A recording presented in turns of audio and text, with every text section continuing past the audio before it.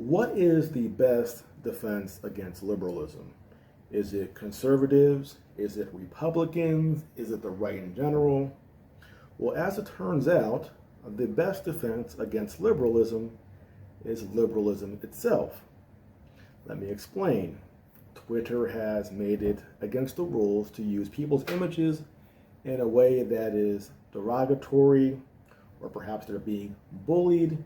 So when a liberal goes on TikTok, for example, and says a bunch of insane things, the account Liberal of TikTok on Twitter can no longer use their videos, and not to embellish, to add, or to manipulate, simply by replaying what they say. That is now against the rules. And the reason they're doing this is because the radical left is becoming a larger and larger part of the left. And their voices are also the loudest. Now, every election we have, say, 10%, maybe 20% of the country that actually decides the election. The left has about 40%, the right has about 40% that can be counted on to show up and punch the ticket for Republicans or Democrats. And that small sliver of so-called moderates and independents actually decide the election. And these loud, insane liberals pose a problem. Because when a person who's not completely insane sees that insanity, they might be pushed toward our side. So what is big tech doing?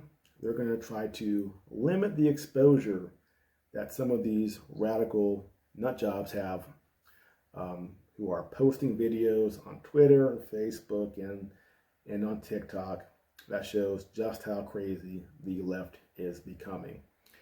And that's kind of what I do on this channel as well, in a different way. In that example, we're talking about just nut jobs. But what I like to do is find the academics on the left and see what they actually say when they think people aren't looking. They will tell you exactly what they believe. All you have to do is read the information. That's what I did with critical race theory. The media presented critical race theory as just teaching history. It's very innocuous. We're just trying to show a different side of history. Of course, if you see my videos, you would know that critical race theory challenges the liberal establishment and Enlightenment principles. It wants a complete reconfiguration of our society, and that our society as it exists today is fundamentally racist. That's what critical race theory believes. But in the media, they don't say that. They try to cast it as being something else. Because if your average person who's not overly political knew what they actually thought, they would be turned off by it and they would move toward the right. So the left has to limit information, censor information, because the more information people have, the worse they look. If what we were saying on the right was so insane and we were spreading so many weird conspiracies that weren't true, the left would actually like that. They want these things out there because your average person will look at it and go, that's craziness. But if what we're saying reflects reality, then they want to limit that. I'll give you an example. One of my favorite theories, the flat earth theory. I love that kind of stuff. I think it's interesting just to see what people will come up with in order to defend their position. So I've gone all over the flat earth stuff, and it's hilarious. And of course, it's nonsense. But is flat earth theory a threat to anybody? Of course not, because it's demonstrably nonsense. And they don't care if on their platforms you talk about the flat earth theory, because it threatens nothing. And people who are not crazy are going to look at it and not believe it. It's not a threat.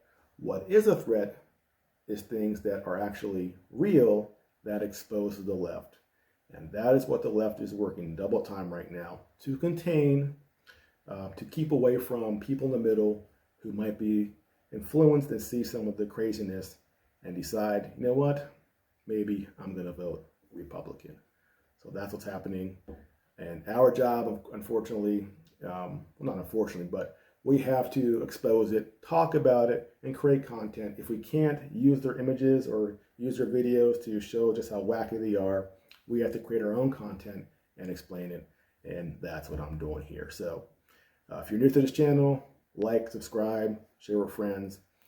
Let's expand our presence on YouTube, on Twitter, and on social media as much as we can to push back against the censorship that is happening right now and will only get worse. That's it for now.